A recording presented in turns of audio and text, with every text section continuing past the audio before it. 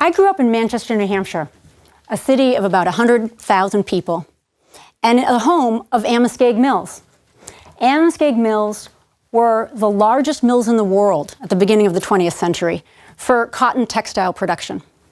And at one point in time, they had over 17,000 workers in those mills. But like all of the mills in New England, it went through a transition in the 20th century. From production moving to the South, to labor strife, the Great Depression, outsourcing, such that when I was growing up in Manchester in the 70s, the mills were boarded up, they were closed down, and my back-to-school shoes were made not in New England, but in China. Fast forward 50 years, and we have some incredible things going on in the Amoskeag Mills.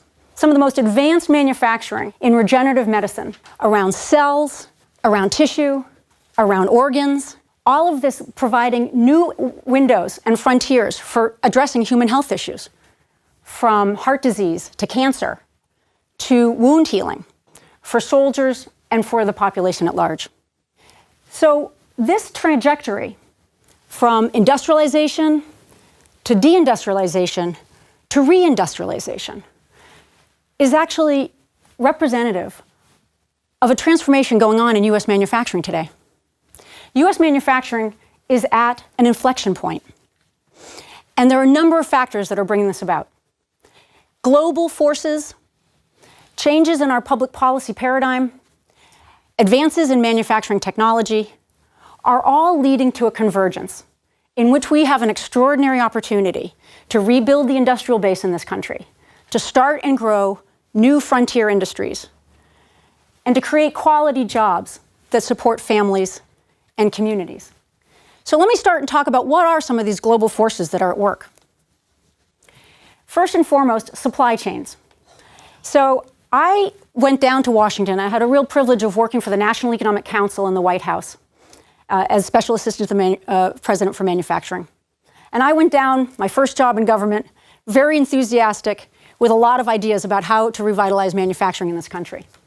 But from day one to my final day, I was working on supply chain crises in this country. Everyone will recall the global pandemic and what havoc that wreaked to global supply chains, to our transportation and logistics systems. We had problems accessing low commodity projects like PPE, personal protective equipment for our first responders. We had challenges accessing semiconductors, high value-added inputs to our auto industry and medical device industries. We saw the U.S. economy very, very vulnerable. And supply chains actually threatened our national and economic security. First, semiconductors themselves. Who knew that 90% of our advanced semiconductors were actually sourced from one company in one region in the world? Well, actually, a lot of people did. We knew this for a long time. But at the time, we've been emphasizing efficiency, not resiliency. And so this wasn't perceived as a problem for the country. But of course, it was a problem for the country. And in fact, it had a very direct impact on our economy. A third of inflation in 2021 was generated by the auto industry and the shortage of semiconductors. Another example, chassis, intermodal chassis. You may not remember, but I certainly do, that at one point in time, we had over 100 ships at anchor at the port of LA Long Beach trying to bring goods into this country.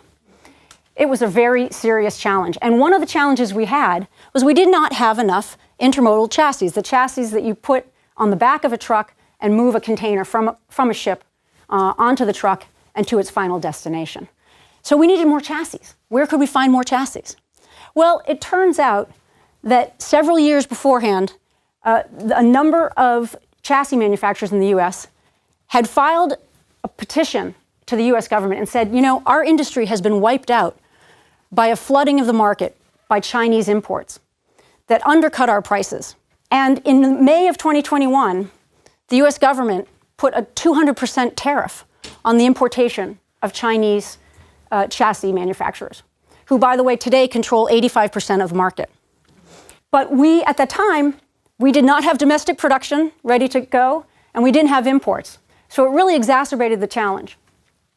Third example, drug manufacturing, our generic drugs. 90% of prescriptions are filled with generic drugs, which is a great thing. Generic drugs come at a cheaper price, and that's really good for consumers. At the same time, that cheaper price comes at a cost, which means we don't invest a lot in innovation, we don't invest in a lot of resilience in the supply chain. So 85% of generic drug ingredients, the active pharmaceutical ingredient, is made in India and China. And over the pandemic and over longer years than that, we've had real supply chain challenges with our drug supply. In fact, this year, at the beginning of the year, we had 300 different drugs that were considered in active shortage. And so for the benefits of the cheaper drugs, we're also dealing with a really challenging supply chain where a concentration of the supply is putting at risk our health security. The next challenge, climate change. And it's very sobering to talk about this topic today after we've seen the impact of Hurricane Milton last night and Hurricane Helene last week. But climate change is an existential threat to the planet. But even if you didn't believe that, you would have to take seriously the economic impact of these adverse weather effects we're having. So in 2023, we had the most number of billion-dollar weather events for the country, 28 of them, which added up to over about $95 billion of economic impact on the economy. So what does this mean? First of all, we know that 2024 is likely to look worse, and years ahead it will look worse. What it means is we're going to be rebuilding our infrastructure, and we have to rebuild it in ways that are sustainable and decarbonized. We also have to rebuild our energy innovation system and invest in renewable energy. A third trend, the geopolitical landscape. We all are aware that when Russia invaded Ukraine, the US stepped up and provided significant support to the Ukraine.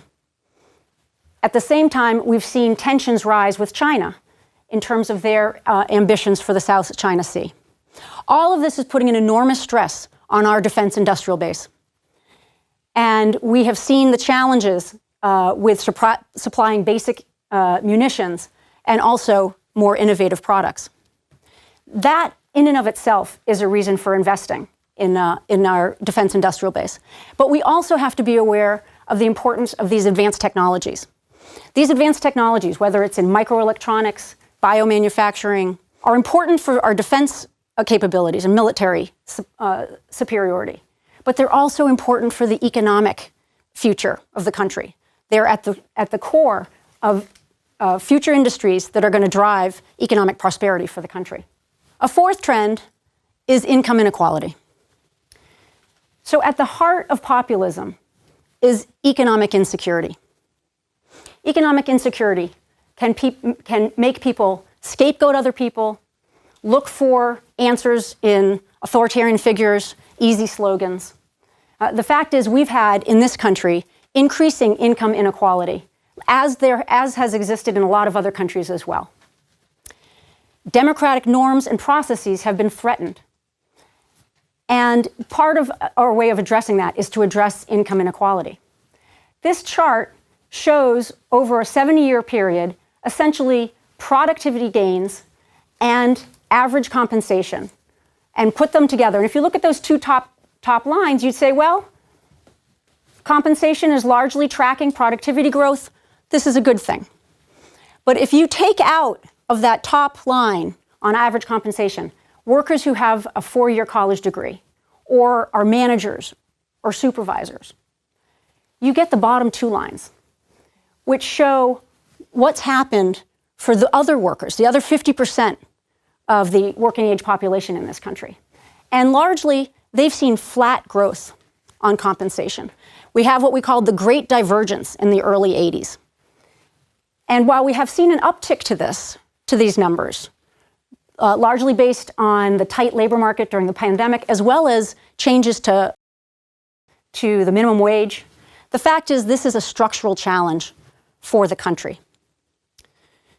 So for all of these forces, from supply chains to climate, to the geopolitical tensions, to income inequality, we have an enormous convergence, which says, what is our response to this?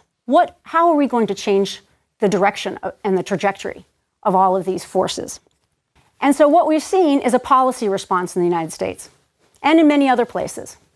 So For the last several decades, the model that the U.S. has followed is largely a markets know best model. The free market is going to optimize outcomes for individuals, for firms, for the country. But actually, as we've seen with all of these trends, what's best for the bottom line of a company is not necessarily best for the country.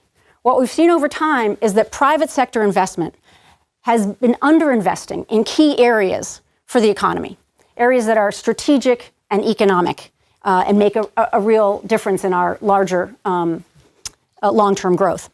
So what is the response to this? Well, one of the responses has been that the U.S. is leaning into industrial strategy. What is industrial strategy? Industrial strategy is when the federal government decides that there are certain areas that are important for the future of the country, technologies and industries, and tries to crowd in private sector investment, channel and shape private sector investment to the outcomes we're looking for.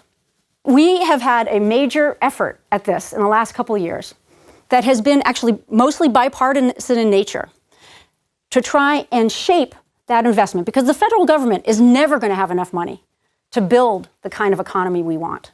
We really need private sector investment to make that happen.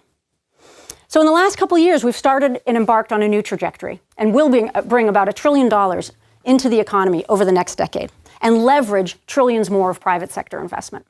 What has it done?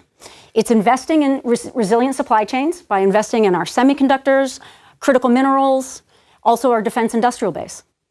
It's investing in renewable energy, whether it's solar, wind, nuclear, hydrogen, geothermal, any new renewable sources that have zero emissions, that provide a pathway forward for the country. It's invested in physical infrastructure, rail, port, bridges, highways, broadband, all of that using with an effort to decarbonize some of those investments. All of this, of course, while trying to build quality jobs. The challenge in this country is not the quantity of jobs, but the quality of jobs. We need to invest in training, we need to improve wages, and we have to increase worker voice. So we have this policy agenda that has now also working in our favor. The final factor that I think is important for us to discuss, particularly here at the Berkshire Innovation Center, is the role of technology. And this is an area, of course, that is a real competitive advantage for the United States. Advanced manufacturing technologies and production processes have been transforming over the last few years. Whether we see it in robotics, in 3D printing, in AI, we have a meeting of the physical world and the digital world. So now, in an opportunity to develop, to basically generate data, interpret that data, and use it for insights that can improve yields, safety, quality, and productivity. All of that, which can also help augment workers and improve wages. Advanced manufacturing technologies, again, are a real sweet spot for the United States. And this is an area where we can lead globally. So for all of these reasons, this convergence, the global forces, the public policy, advanced manufacturing technologies, we're now at a place where we have an industrial transformation occurring. And we're just at the cusp of this. It's going to be one that is more resilient, it's going to be more sustainable, and it's going to be more digital. So, how are we going to do this? Well, the first point is to say this is not a nice-to-have an agenda. This is a need-to-have agenda. We need this for our national security, that defense industrial base, for our economic security, so that we have all the inputs we need for growing the economy and our strong industries. We need it to decarbonize. 70% of greenhouse gases are generated by the industrial sector, whether that's energy, transportation, manufacturing. As they say, to decarbonize, we have to reindustrialize. We also need it for the technologies of the future and industries of the future. The real tight relationship between manufacturing and innovation has been proven out in many different industries. And so if we know how to manufacture something, we know how to innovate in it. And that's incredibly important. For example, if we look at the bioeconomy, that's going to be about $1 trillion of economic activity over the next decade just in the US. we have an enormous advantage in the US in terms of biotech innovation. We need to be as innovative in the biomanufacturing piece of that. And then finally, of course, jobs, quality jobs. This agenda provides us an opportunity to create quality jobs through manufacturing. Now, manufacturing wages have not kept up with a lot of the rest of the economy. And so average wages, those that are outside of large firms or unionized firms, have really lost a manufacturing premium. But if we can invest in technology and workers together, we actually can increase the productivity and raise wages for workers. So this is an agenda that I believe is urgent, and I have a few ideas about what I think we should be doing next. First, we need to be investing in the digital capabilities of our small and medium-sized firms. Small and medium-sized manufacturing firms are the backbone of the US manufacturing ecosystem. They represent about 250,000 firms. Now, if we just wanted to get 20% of those firms to the frontier of digital capabilities, that would be 50,000 firms. We don't have a mechanism for doing that right now. We need to lean in. We need the whole of manufacturing ecosystem to come in and help with this agenda. We need large firms, OEMs. We need the government. We need our manufacturing intermediaries and nonprofits who help work. If we can bring that technology to the small and medium-sized firm, we can actually provide them a pathway forward into the future of manufacturing.